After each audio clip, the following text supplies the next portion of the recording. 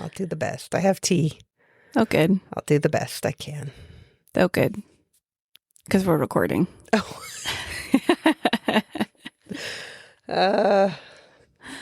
Thanks. Thanks for the heads up. Yeah. Good job.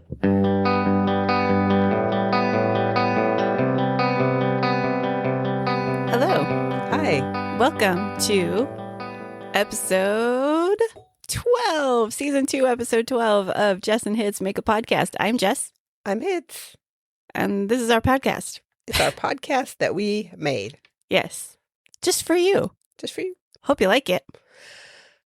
People seem to like it. Our downloads are growing. We have 100 downloads in Singapore. I think we talked about that last week. Yeah. That still just blows my mind. It still just makes me happy. Yeah. And we got some downloads in Milan. Oh, yeah. During Fashion Week? What? What? I don't know. That's weird. It happened last year. Like our Milan downloads came during Fashion Week. Yeah. That was weird. It was weird. We don't talk about fashion at all. No, we don't. But you know who's at Fashion Week? A lot of people. Was? A lot of people. Beng Chen. I know. There's another Fashion Week apparently happening right now. Beng Chen. I don't know where it is, to our though. podcast. No. It would be really nice if he did, but I doubt it. He does not. Hi, I'm still coughing. Aww. This is week 3 of coughing. It'll never every go away. Every time I talk. It's not going to go away. I know. I have tea. Coughs hang on forever. I hate it. The meowing's back. I think it's... I don't know. I think it's Shen.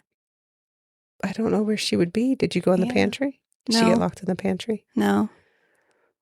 Well, I saw her after the first meowing. She was just chilling in the living room. Maybe she's just having conversations. Yeah, I don't know. We have a cat somewhere in the house who's just kind of meowing continuously, and it's not a distressed meow. It's just a meow. It's just like a talking. She's just talking, I guess. We also got a new cat tunnel today, and Zarin is obsessed. Yeah. We also got a thing that hangs in the door. Like in the doorway. Like it hangs down, and there's Shen. Oh. She literally just appeared there. Our cats have Misty Step, which is a D&D thing. I don't know who's... Is it Tink? Who's meowing? Maybe. I didn't think her meow sounded like that, though. If she's stuck somewhere, but I don't know where she would be stuck. Hey, we'll check it out later. Well, no, now I'm worried. What if she's outside? She wouldn't be outside, would she? No. I just took cake out. Do you want to go check? Yeah, let's press pause. Okay. All the cats have been accounted for, and none of them are trapped anywhere. Not sure who was meowing, but yep, they're fine. All good. Yeah. No one was outside, which is really good because that would really stress me out. Yeah. At least, I mean, best case scenario, they sit by the door and meow to get back in. Best case. Yeah. Yeah. So, should we record this? We should do episode now. Yeah, aren't we? Yeah. Okay. Oh no, I didn't hit record. Oh, no. We just finished and everything was great and it was the perfect episode and you didn't record any of it. Oh, poop. Oh, well. All right, you guys are going to get the not perfect version, I guess. Oh my gosh, that should be our excuse every time. It is. We recorded this episode, but no, this is the first time that we have recorded ever, apparently, because we're just so awkward. That's what are we just gonna dive right into it? I have a fun neat thing. Oh, did I write it down? What if I just saw it and didn't write it down? Oh no. Oh, I did. It was about Mexican gray wolves. Oh. In Arizona and New Mexico. They had 33 new wolves since 2024, which is one of the biggest increases. Yeah. Which is really good because that makes it right around 300 in the wild. That's cool. Yeah, I think it's cool. And I think, I know a lot of people don't like wolves, but they are I forgot what the name of it is, but they are a keystone predator. Like you need them. Yeah. So, it kind of sucks that, we've kind of encroached and pushed them out, and now we're mad that they exist, but we need them. So I just saw that, just kind of, I don't even remember where I saw it, if it was like just some random place, but 33 new wolves. That's really Mexican cool. gray wolves. So yay. They're That's still good news. endangered, but that's a good news. So that was my little fun thing that I found right before we started this. So sweet. Because I forget that, we talked about doing that. Yeah. Yep. Someday we'll figure out a way to open. Yeah, one day. Maybe this is just us. Yeah. It's just us. You never know what we're going to open with. Yeah. We just talk for a little bit and then we do our topics. Yep. It's also really late tonight. We're getting a late start on this. It is. It's almost 11 p.m. Yeah. So let's do this. Let's do this. All right. So okay. Draw a card. I'm nervous. I broke my streak last week. I know. Oh, what'd you get? Go ahead, Higher one goes first? Yeah, I think that's how it goes, right? I just drew a 0. I just drew a reverse. I thought I was doing pretty good with my reverse that I drew to your 1 last week, but no. I love that you drew a 0. You were all excited, weren't you? I was like, there's absolutely no way unless you draw a special card. Yeah, I drew the reverse. Now I'm worried that there aren't going to be any more in the deck. I mean, anyway, I think you've drawn 1 before I did, so that's 3. I don't know how many are in the deck. I don't either. Probably 4. Probably. An even number. I don't know. Good time. So I procrastinated doing my research on this one.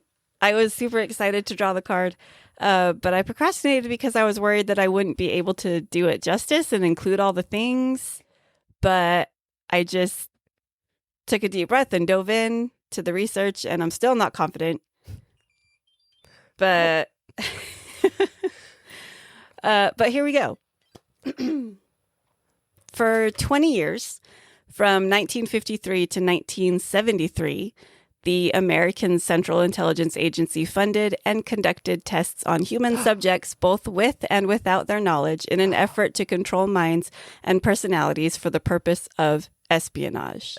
So this sounds like an urban legend, and it definitely was an urban legend until it actually turned out to be true. Is this MKUltra? It is. I'm talking about MKUltra today. So during the early days of the Cold War, the CIA was convinced that communists had discovered a drug or technique or something that would allow them to control human minds. In response, the CIA began its own secret program called MKUltra to search for a mind-controlled drug that could be weaponized against enemies. This thought didn't just randomly pop into the CIA's head. In 1949, the highest-ranking Catholic archbishop in communist Hungary, a man named Cardinal Josef Mindszenty, Mindszenty, Mindszenty, was brought into court where he had been charged with treason for trying to undermine the communist government. Mindszenty was innocent, but in court, he confessed to a long list of crimes, including stealing Hungary's crown jewels, planning to depose the government, start World War III, then seize power himself, and he said all this almost mechanically.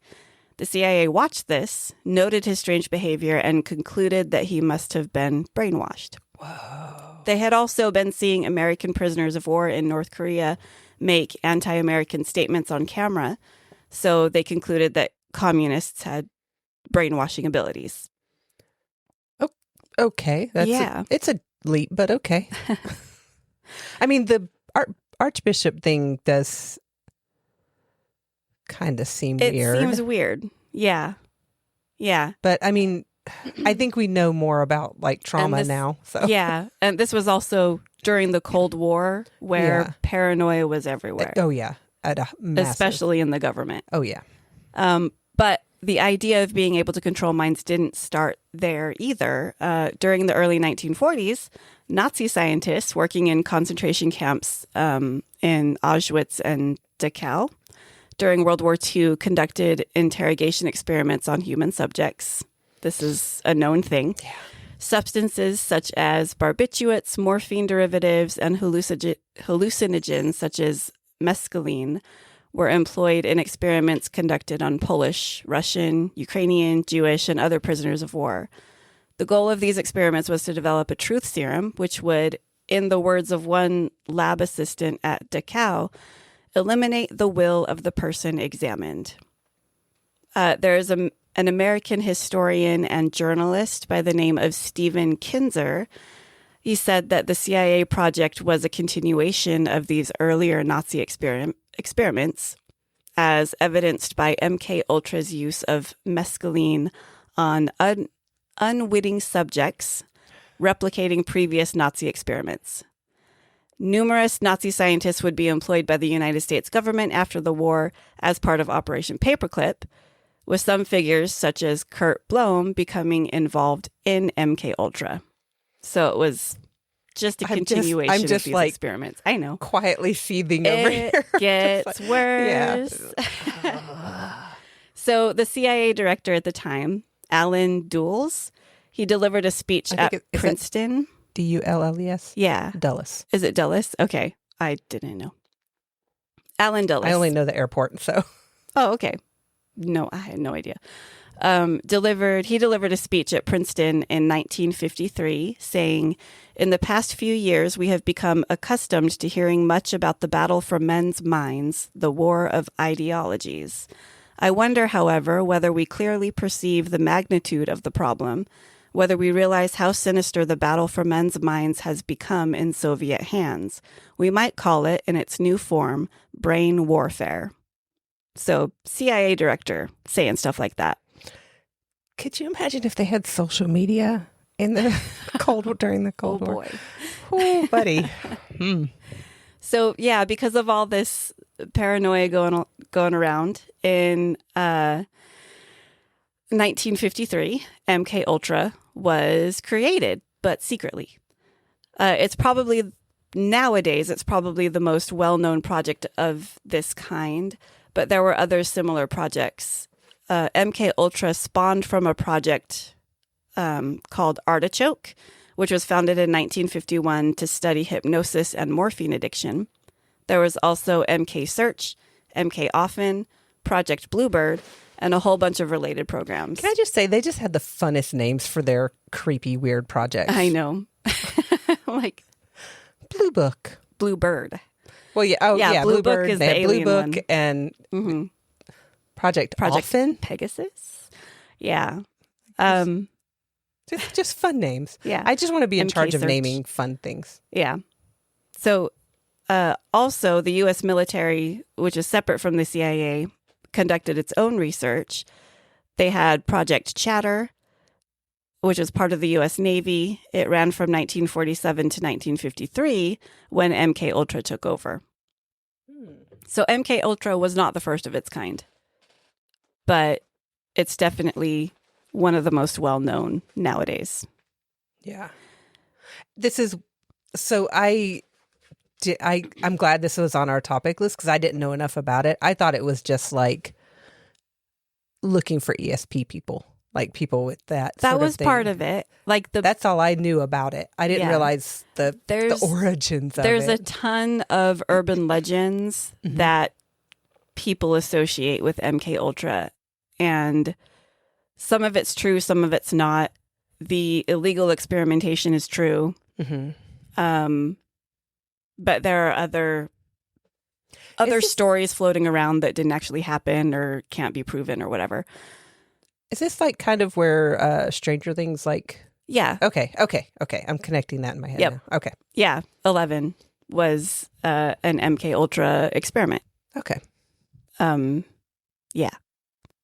I don't actually know if they ever mention MKUltra, like the name MKUltra. Yeah, I don't know that they've ever mentioned it. I think they kept it kind of like offshoots of the main program. Yeah. So, yeah, pretty much anytime you see any kind of governmental experimentation on people in entertainment, in pop culture.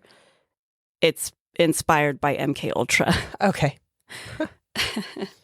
Well done, question mark? Yeah. I mean, So the term MKUltra is a CIA cryptonym. MK is an arbitrary prefix standing for the Office of Technical Service.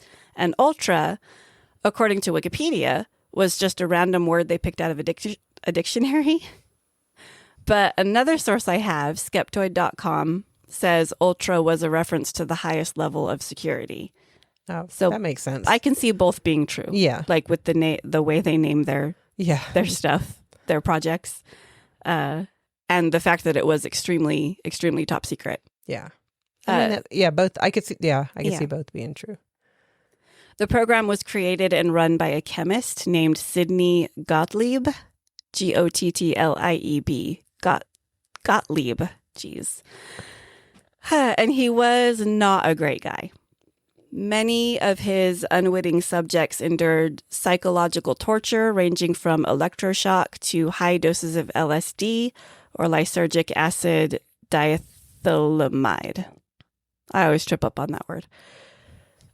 Stephen Kinzer, I mentioned him earlier, the historian and journalist. He spent several years investigating the program after it became public in the 70s. And he had this to say about Gottlieb. Gottlieb wanted to create a way to seize control of people's minds, and he realized it was a two-part process. First, you had to blast away the existing mind. Second, you had to find a way to insert a new mind into that resulting void. We didn't get too far on number 2, but he did a lot of work on number 1. Oh, gosh. So the CIA... It's like, oh. The CIA is not a scientific research organization, so it needed to contract out the vast majority of this work. Gottlieb's experiments were covertly funded at universities and research centers, while others were conducted in American prisons and in detention centers in Japan, Germany, and the Philippines. The CIA also set up front groups, such as the Society for the Investigation for Human Ecology, to fund projects at universities and hospitals, and nobody realized the CIA was involved. The project's scope was super broad, with activities carried out under the guise of research at around 86 institutions aside from the military, including colleges and universities, hospitals, prisons, and pharmaceutical companies.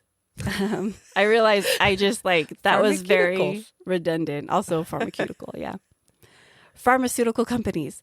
So the majority of the researchers that were doing the actual researching were unaware that their programs were funded by the CIA. Oh my gosh. They did their work as they normally would. And the ethical standards of the 1950s and 60s were not what they are today, but there was still very little intentional harm done by nearly all MKUltra funded programs, but there were definitely some very bad exceptions. Yeah. So the program engaged in illegal activities, including the use of U.S. and Canadian citizens as unwitting test subjects.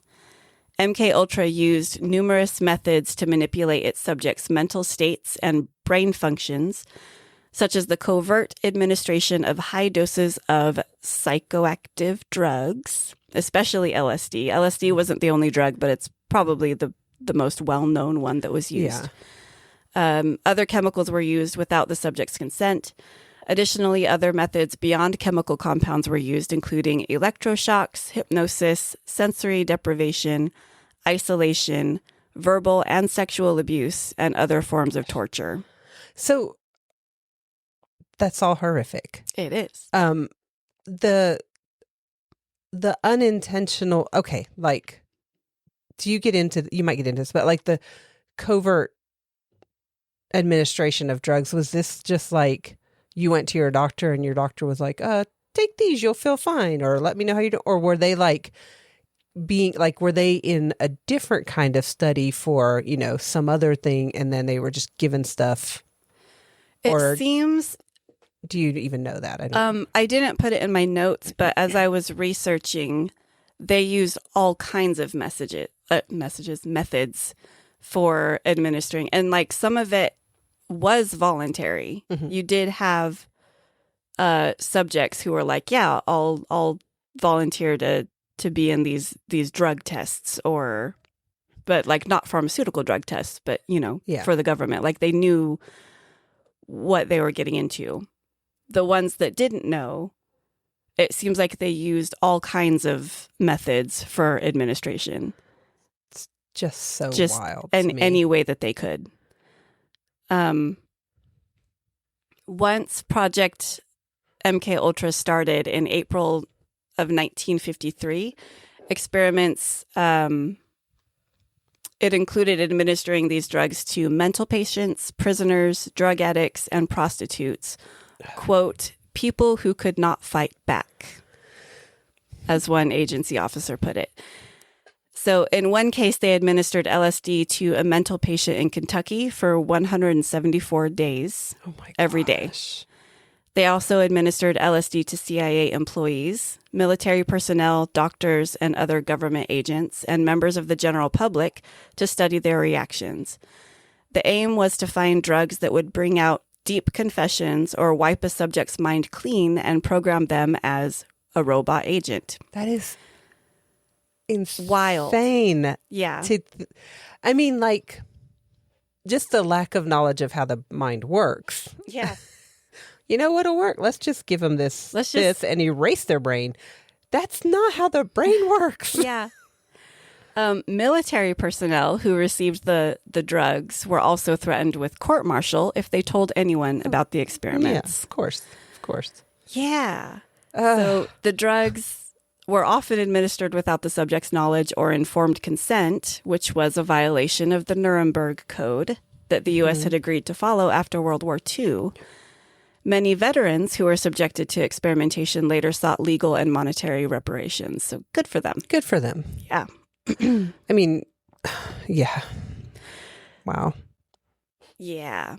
So there was one operation called Operation Midnight Climax, where the name is funny because the CIA set up several brothels within agency safe houses in San Francisco to obtain a selection of men who would be too embarrassed to talk about the events.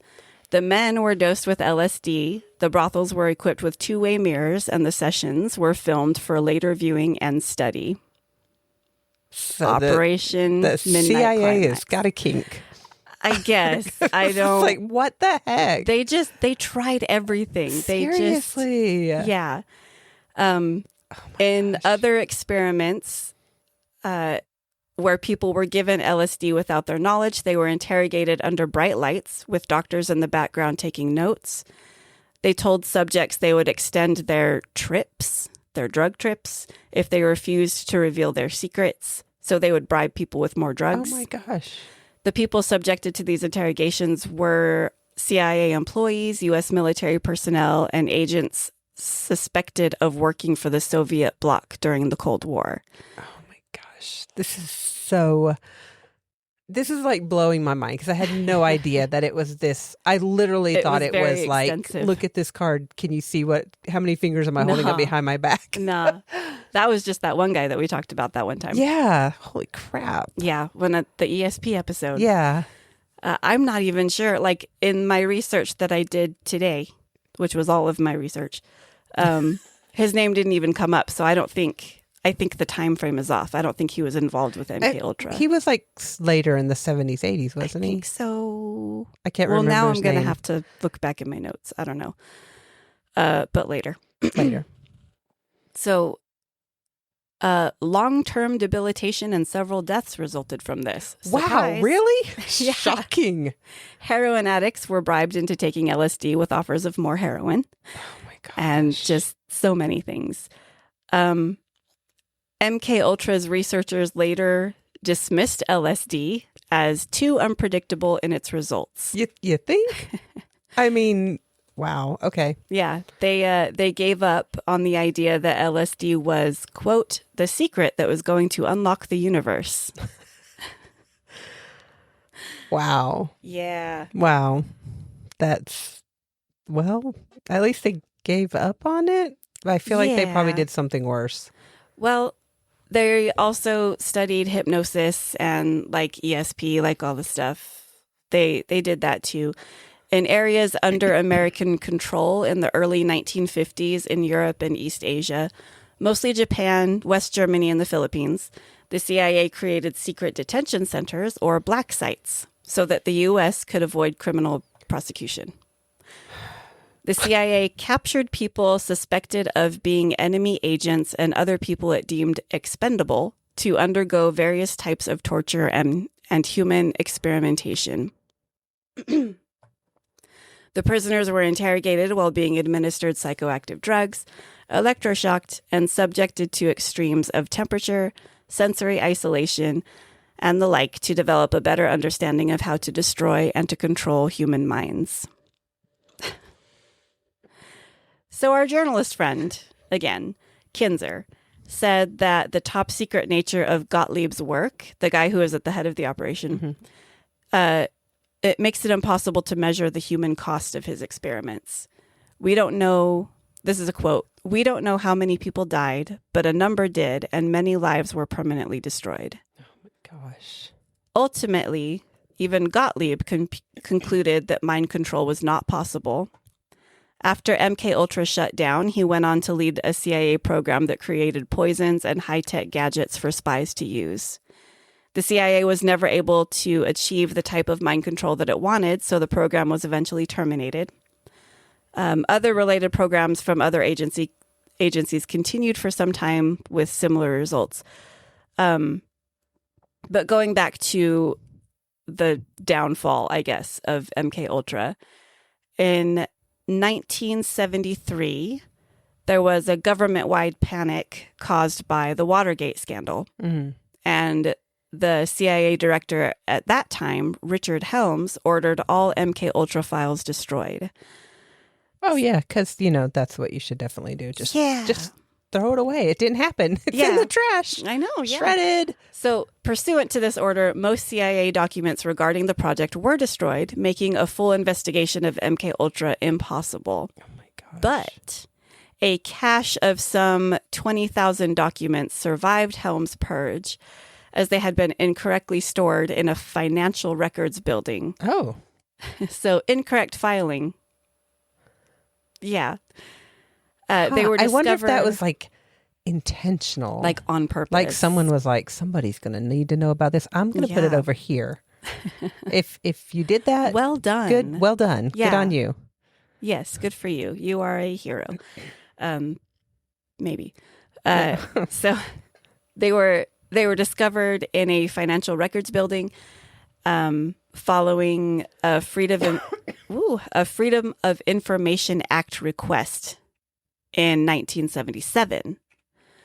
So the program was shut down in 73. Files got destroyed. 1977, they were found. These documents were fully investigated during a Senate hearing in 1977. The files, the 20,000 documents that survived, dealt with the financing of MKUltra projects. I just had this thought that it was just some intern who was like, I am not moving these freaking boxes. I know. All the way down to the 5th floor. I'm going to drop them off here on the 2nd floor. I'm done. I'm going to go get coffee. Probably. So good for you too. But because it was regarding just financial details, it didn't really include a lot of the rest of the details. Oh. So before these papers were even discovered, but after the program was shut down, in December of 1974, the New York Times published an article that alleged that the CIA had conducted illegal domestic activities, including experiments on U.S. citizens during the 1960s. And that report prompted investigations by the U.S. Congress, who formed a couple of committees to investigate. In 1975, these committees revealed to the public for the first time that the CIA and the Department of Defense had conducted these experiments, but since most of the records were destroyed, the report contained very little details. And at this point, this was still in 1975, they hadn't discovered the lost documents yet. Okay. So they're like, we know they did some things. We just can't tell you what we just they have did, very little information on it. And Sidney Gottlieb, who at that point had retired from the CIA 2 years previously, was the head of, it's that guy. He was interviewed by the committee, but claimed to have very little recollection of the activities of MKUltra. I think he's lying. Do you think he's lying? I'm pretty sure he's lying. Absolutely, yeah. So then, like, the papers were discovered, and they were able to track down, because it dealt with the financials of MKUltra, they were able to track down, like, separate institutions and researchers who were being funded by the CIA. Okay. And so that's how we now have more information about it. Okay. So then they were like, well, go look and see if this guy got his records and that sort of thing. Yeah. That's nuts. Yeah. I mean, good on them for doing their job and going after it. Yeah. I guess. So following the recommendation of the committees that were investigating, President Gerald Ford in 1976 issued the first executive order on intelligence activities, which, among other things, it prohibited experimentation with drugs on human subjects, except with the informed consent, in writing and witnessed by a disinterested party of each such human subject, and in accordance with the guidelines issued by the National Commission. Subsequent orders by President Carter and President Reagan expanded the directive to apply to any human experimentation at all, which is great. Yeah, that's very good. Yeah. I hope people are listening to that. Like, I hope like in 20 years we don't hear about like MKUltra 2.0 or something. Right. Stupid like that. Yeah. Oh no! Do you? No. I was like, okay. I was like, are you going to tell me that something came out in the 80s? Like, this is not in my notes, but one of the other reasons that things have not come to light about MKUltra still is the mosaic theory or mosaic effect, which is actually a legal term. Hang on, let me find it. The mosaic effect. Okay. Yeah. Oh.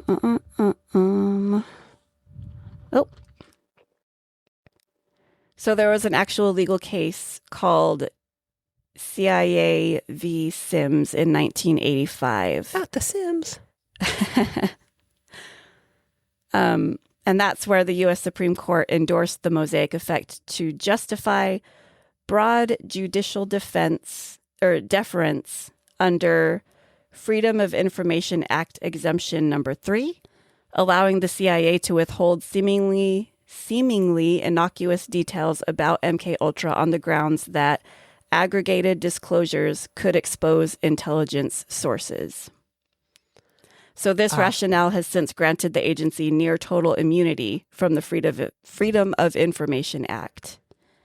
And it's applied in a lot of places. Yeah. So I see that. Yeah. Wildly, topically relevant. The mosaic effect. I started to read about this, but I was like, wait, no, I need to rein it in. But yeah, it's also called the mosaic theory. It's the concept that aggregating multiple data sources, and that means, let me do a little hover over this definition. So data aggregation is the compiling of information from databases with intent to prepare combined databases for data processing. So it's basically taking these multiple points of data that seem unimportant, but when you put them together, it could expose sources of information. Gotcha. So yeah, and so it's all the red lines coming into the center. Yeah. And creating, like when put together, it can reveal sensitive or classified information that the individual elements wouldn't disclose. Gotcha. I feel like that shouldn't be a thing that should be allowed. Yeah. Yeah. I mean, like, on the one hand, I understand, like, if someone said, I can give you this piece of information. I need to be protected. Yeah. You don't want to like hurt your source, especially if your source, it's like a journalist has their source and they don't tell who their source is so they can keep getting. So I get that part of it, but also like in this case, I think like it's just a big giant cover up. Why am I the least bit surprised? Yeah. I don't know. Yeah. And like nowadays the mosaic theory deals with data mining and surveillance and, things like that.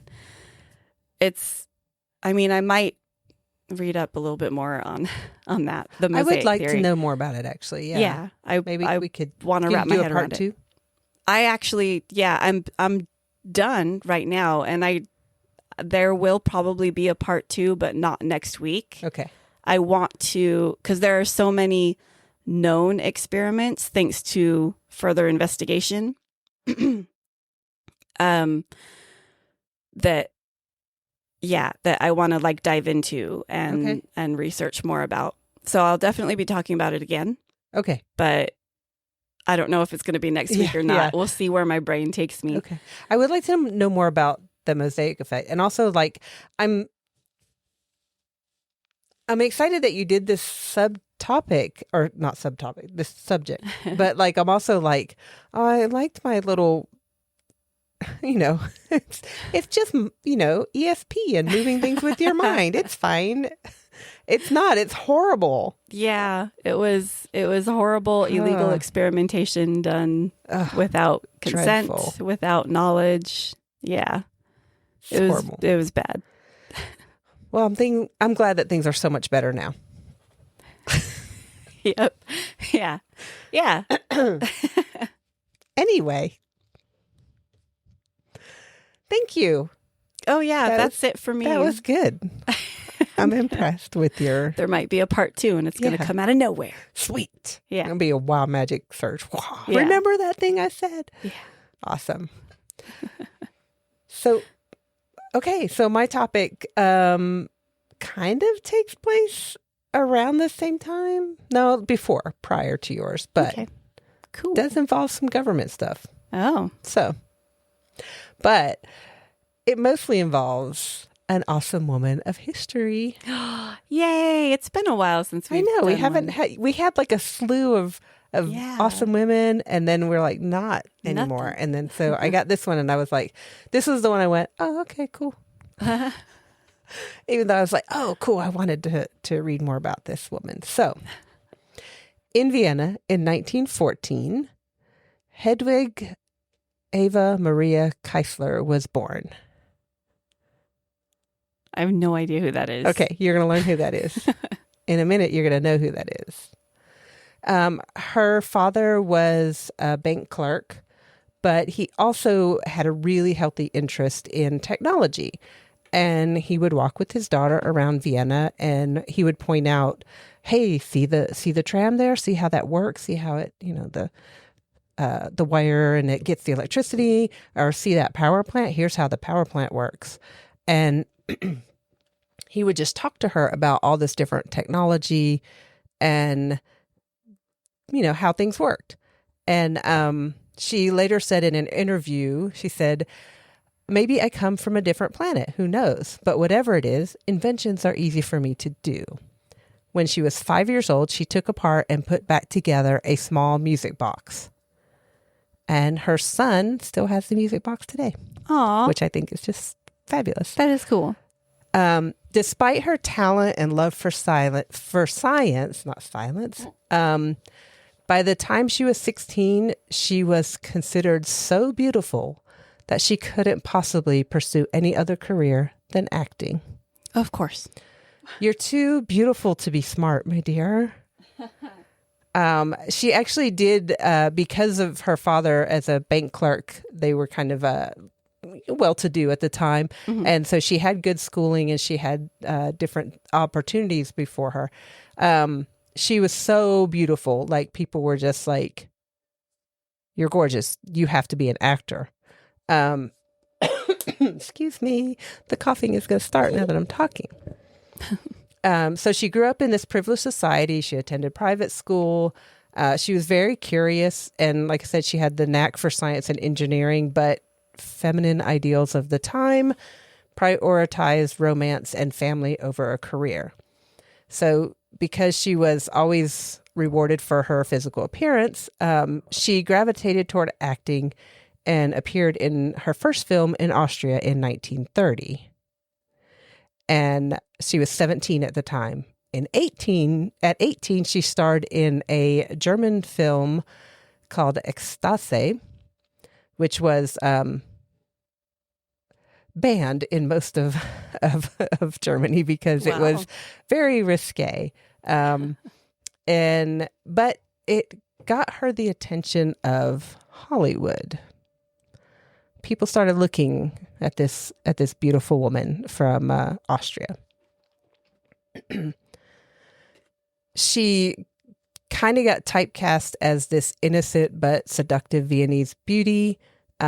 She moved to Berlin to take on more acting jobs. She took on acting classes, and that's when she landed that role in the movie Ekstase. It gained renown as this erotic masterpiece, and she became immediately famous. And then she met Fritz Mandel in 1933. And they eventually got married. However, her parents did not approve because they were Jewish, and Fritz Mandel was a very wealthy arms dealer who, although had a Jewish background, he was very much into fascism and really was all about hanging out with the Nazis. And he was jealous and possessive and very proud of his links to the Nazi Party. Wow. And very controlling of her. And she felt kind of trapped, but she went to these different meetings and met some of Europe's greatest scientific and technological minds. So she was like, I really like going to the meetings. But she also sees the future. This is 1930, the war's coming. Yeah. So in 1937, she fled Europe and her marriage and was just gone. I do read later that she managed, her father died, I think in 1935, but in 1940, she did manage to get her mother to America, which is good. Excuse me. So she came to the United States. She headed to Hollywood. She met with MGM Studios' Louis B. Mayer, who signed her to work for the studio, and she changed her name to Hedy Lamarr. Oh, okay. I have a note about a neat thing, and I had remembered vaguely hearing this, but when I read this, I was like, oh, cool, I didn't know that. She was the inspiration for both Snow White and Catwoman. Whoa. Their appearances. And she is known as like one of the most beautiful women in Hollywood. Wow. She has starred in 30 movies over 28 years, which is pretty impressive. Yeah. But we're done talking about movies. We are going to talk about her invention. Okay. Because she was a very talented and innovative inventor. And she kind of kept her screen life and her science hobby separate. But she was a good friend with Howard Hughes, and also possibly a little side piece with Howard Hughes. Oh. But he set up a trailer for her on set, and she would go in and had a chemistry lab in the trailer. So between takes, she would go to her trailer and work on science, which I think is like awesome. Yeah. He also provided a team of engineers to work with her. And one of the things she talks about in one of the interviews is how she helped Howard Hughes redesign the shape of the wings on his airplanes. And she said they shouldn't be square. She bought books on fish and birds and then looked at the fastest bird and connected that with the fastest fish to design the curved wing. Wow. Which I think is fascinating. Yeah. Because, like, we just watched Night at the Museum and the first plane had the big, the big square glider square wings and everything. Paper and wood. Yeah. Well, canvas and balsa. But yeah, and I was like, oh, that's really cool. Like, so she helped him redesign that. She also wanted to invent a tablet that could be dissolved in water to make a cola-like drink. Spruce. Sorry. What? It was spruce wood. Oh, spruce. Spruce. I knew when I said balsa, Yeah, I knew it was wrong. It just took me a while to pull that word out of my brain. So sorry. You're no, you're fine. So she wanted to invent this tablet. Excuse me. That you could drop in a bottle of water because she wanted to make sure that there was a pop. I love this. A pop shortage, a soda pop. Oh, like a Coke and Pepsi shortage. Okay. Because we're leading up into the war now. Yeah.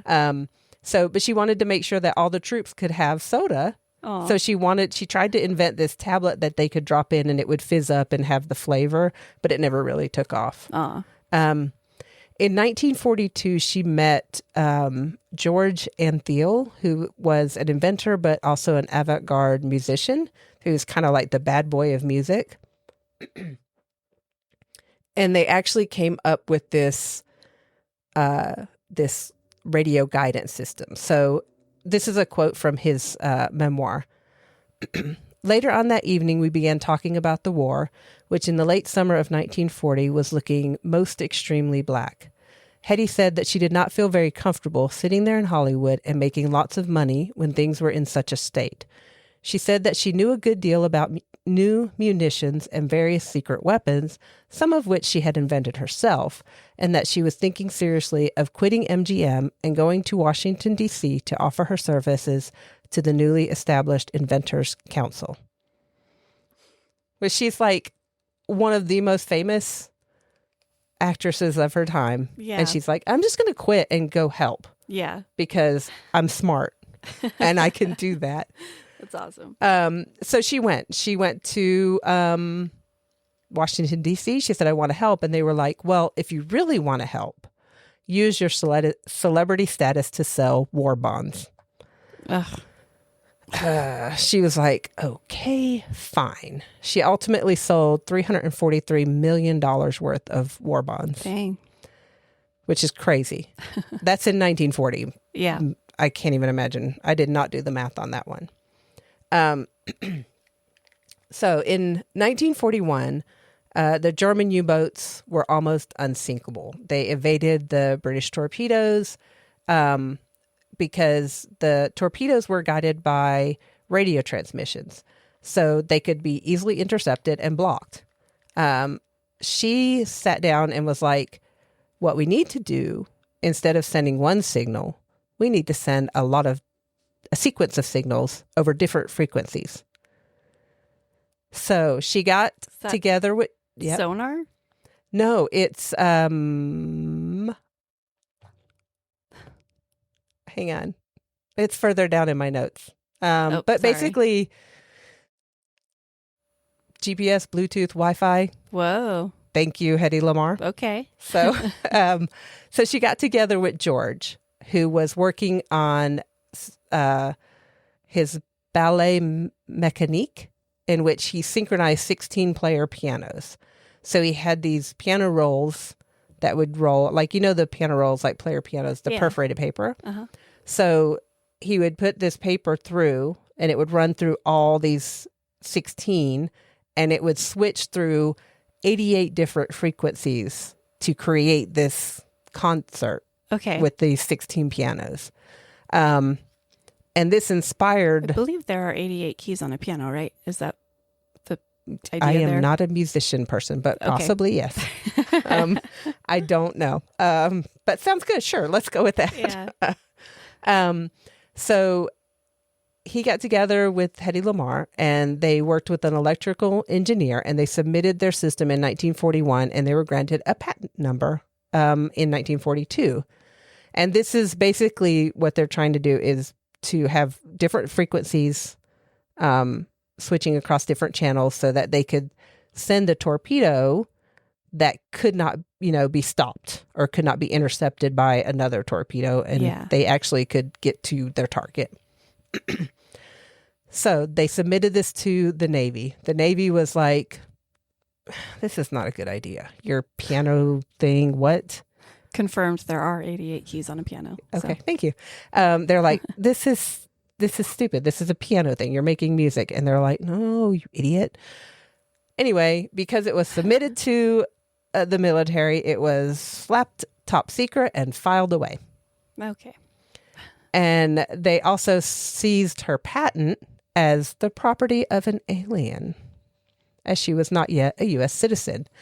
Mm-hmm. And she is quoted as saying, I don't understand. They use me for selling bonds. Then I am not an alien. And when I invent something for this country, I'm an alien. Yep.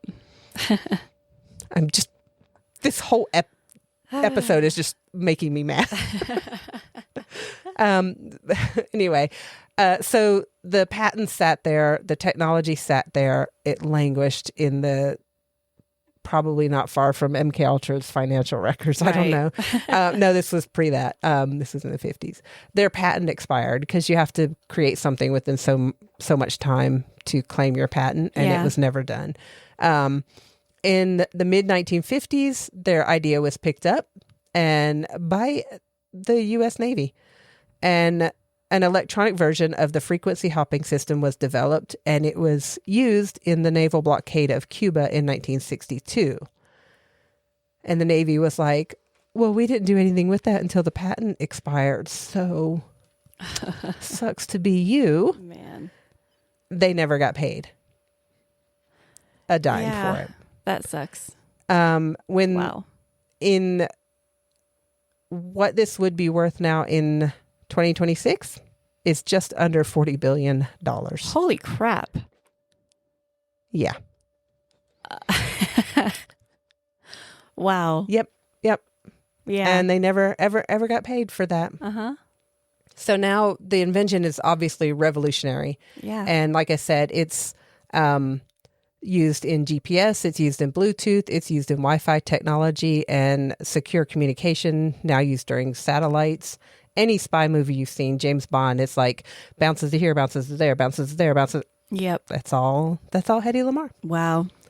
She, I do have a documentary that I want to watch, in which they actually do a lot of interviews with her and her family. She died in January of 2000 at the age of 85. Wow.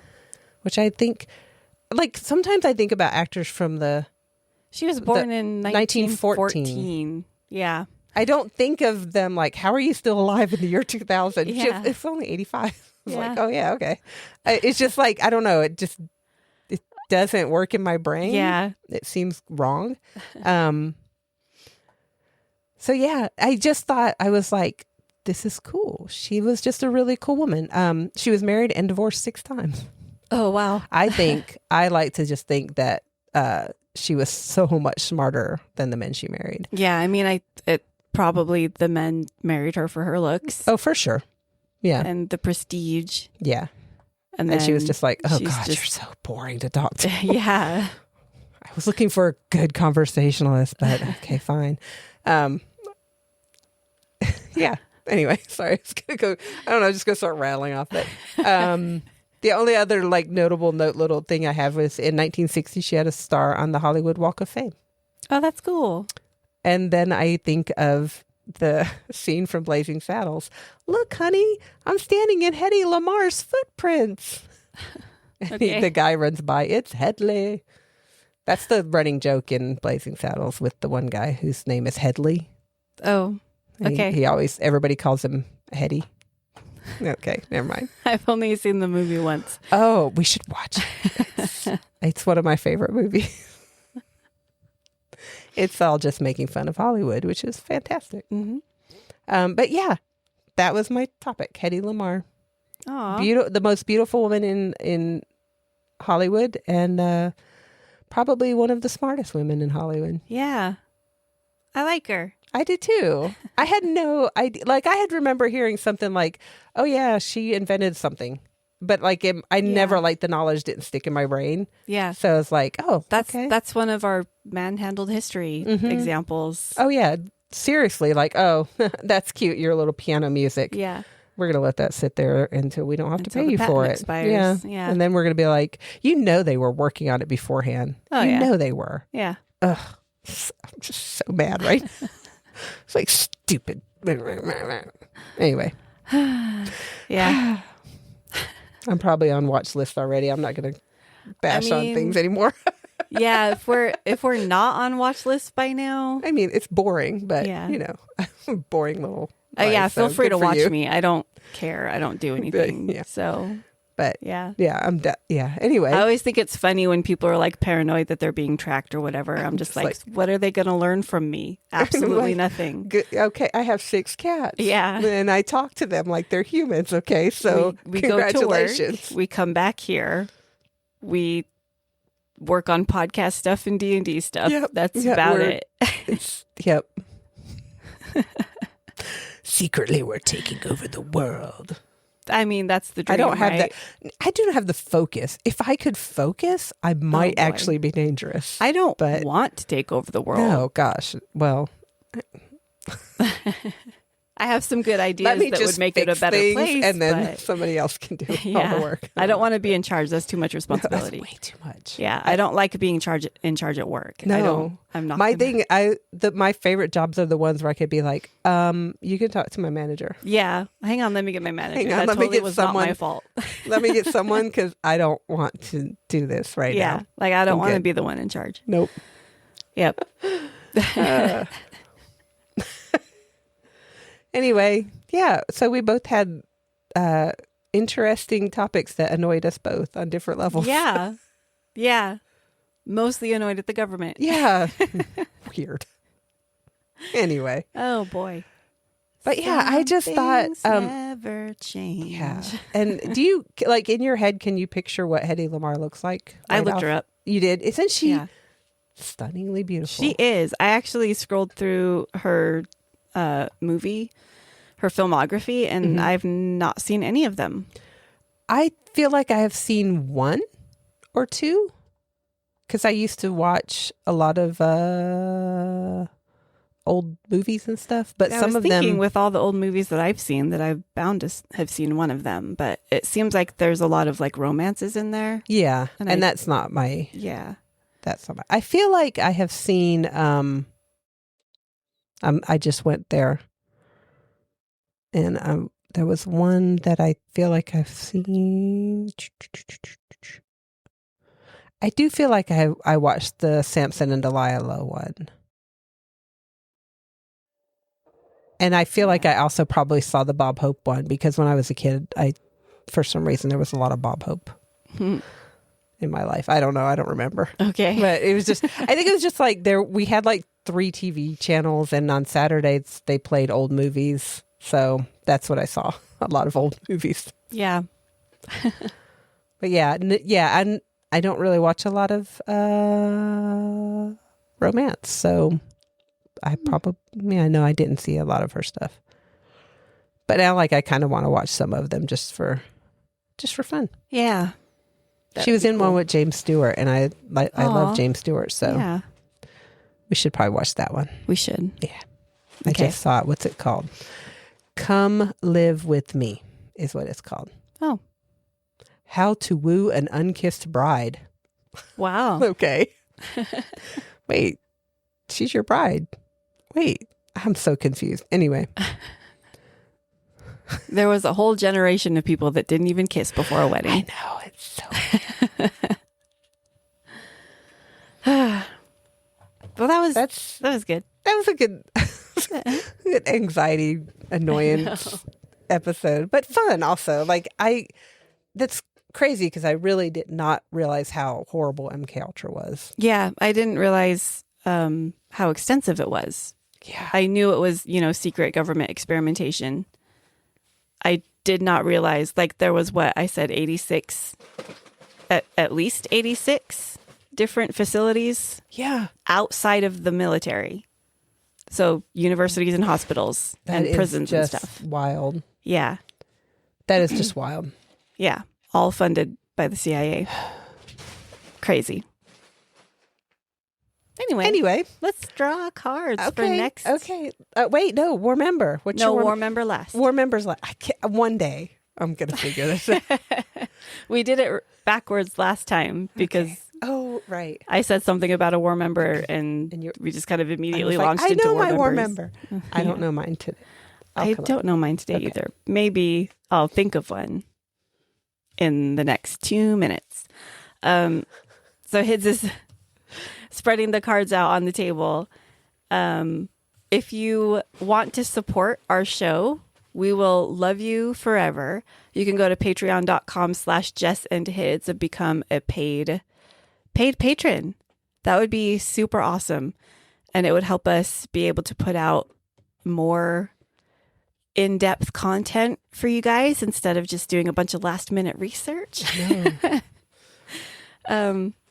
Yeah. And you could also learn about our secret project. You can learn about our secret project. Our patrons know. Yeah. Most of our patrons know. The ones that pay attention. The ones that pay attention know. Yeah. We have a lot of patrons that are just kind of wonderful and lurk, and we love them. Oh, yeah. Absolutely. We love all of our patrons. Yes, we do. You can, if you have a topic idea for us, send us an email at jessandhids@gmail.com.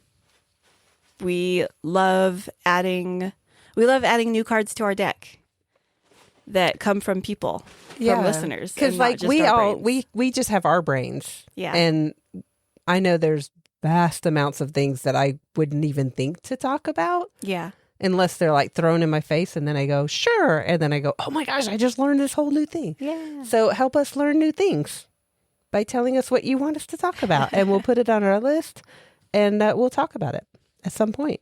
For instance, did you know that the same guy invented Pop Rocks and Tang and Cool Whip and a lot of other things? I did not know that. Yeah. But now I want Tang, which has been sitting in our Amazon cart. Because I haven't had Tang in probably like many, many years. And I want to know if it's the memory that I have. Yeah. I just watched a tasting history video. I love the tasting history. At like 2 a.m. the other day. And it was all about food and space. And so that was good. That might actually end up on the list.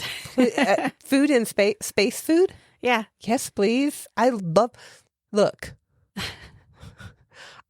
when Tang was made. Okay. I was like, astronaut orange juice. It's great. Yeah. I have a good recipe that uses Tang and makes wassail, which is like the Russian, like you serve it warm and it has Tang, but a bunch of other spices to like warm it up. Oh, and do that. Yeah. Do it. Okay. Cool. Okay. Cards are on the table. Cards. I got my cards on the table. Okay. All right. Oh. I can't read what that says. Do you want me to read it for you? I can't read it for you. Good. I figured it out. Okay. Was it so I usually write these really well. Is it one of the old ones that I wrote? It was like a thicker marker. Yeah. So, yeah. Sorry. I got it. I think I know what this is, but I'm not 100% sure. I like mine. Yeah. Okay. What's your War Member?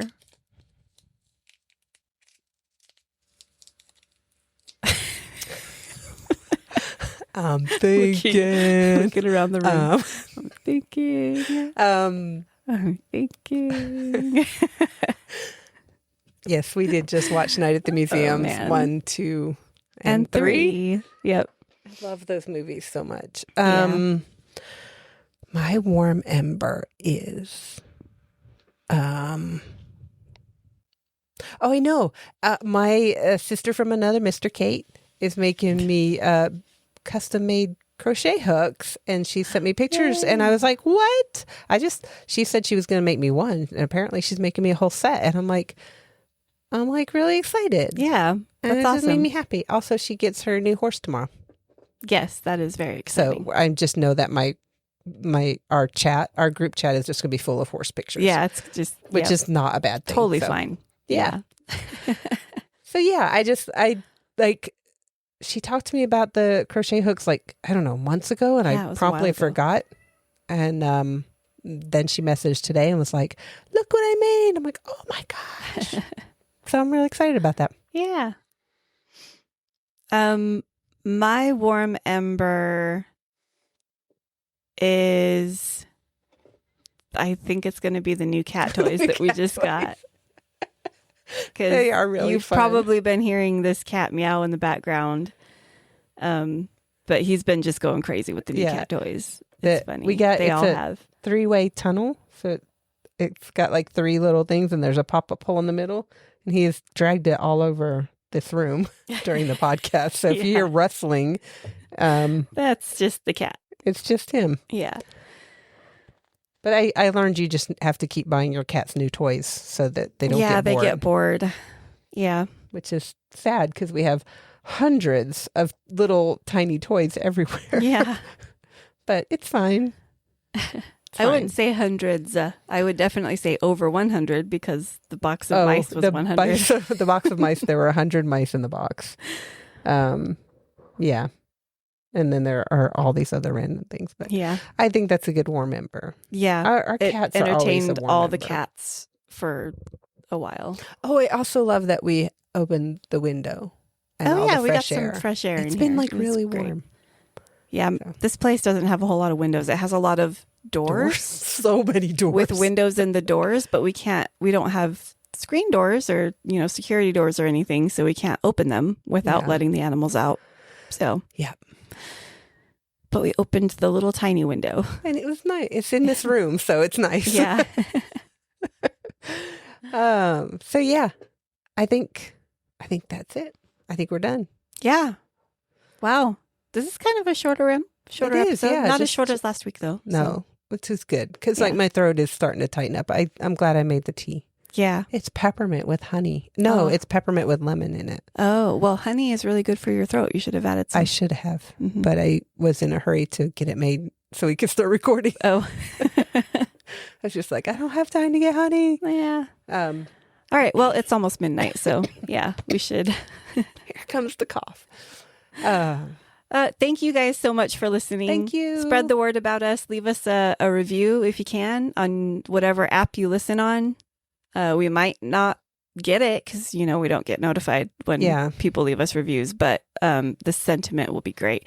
And the algorithms will definitely notice if you leave a lot of good reviews. We would love that. And recommend us to other people. So, spread the word. Shout out to Singapore. Yeah, thanks, Singapore. And all of our other 33 countries around the world. Yeah. Where we have downloads, which makes me really excited. I know, it's weird. Yep. Jess and Hids all around the world. Hey. All right. We will talk at you next week. Bye. Bye.